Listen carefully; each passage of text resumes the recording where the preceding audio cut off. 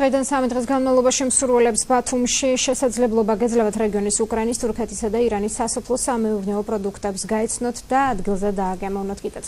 აგროსასურსათო პროდუქციისა და ტექნოლოგიების გამოფენა გაყიდვა 2016 ყინულის სასახლეში დღეს გაიხსნა. გიორგი წეროძე დეტალებით.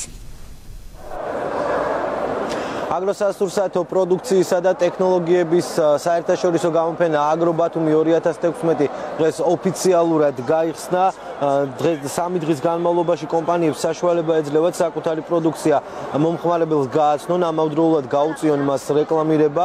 გამოფენის მსვლელობისას იგეგმება სარეკლამო და საინფორმაციო ტურები, ასევე პრეზენტაციები და შეხვედრები სხვადასხვა სექტორის წარმომადგენლებთან. წლევანდელ გამოფენაში რამდენიმე ათეული კომპანია მონაწილეობს, რომელთაც საკუთარი აგროსურსათი, საკუთარი პროდუქცია და ტექნოლოგიები აქვს გამოფენილი.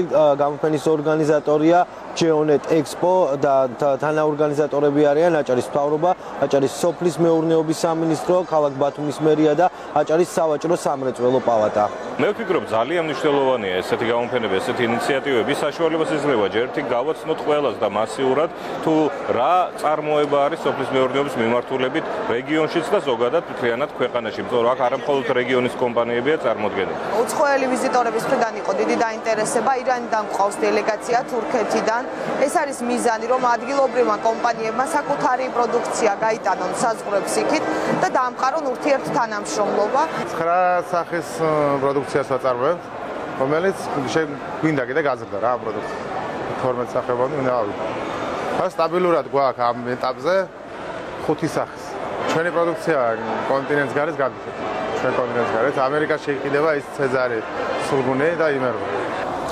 წლევანდელ გამოფენაში სულ 50-მდე კომპანია იღებს მონაწილეობას. აგროსასურსათო პროდუქციისა და ტექნოლოგიების გამოფენა ოფიციალურად 2 ოქტომბერს დაიხურება. მადლობა, ეს გიორგი წეროძე იყო.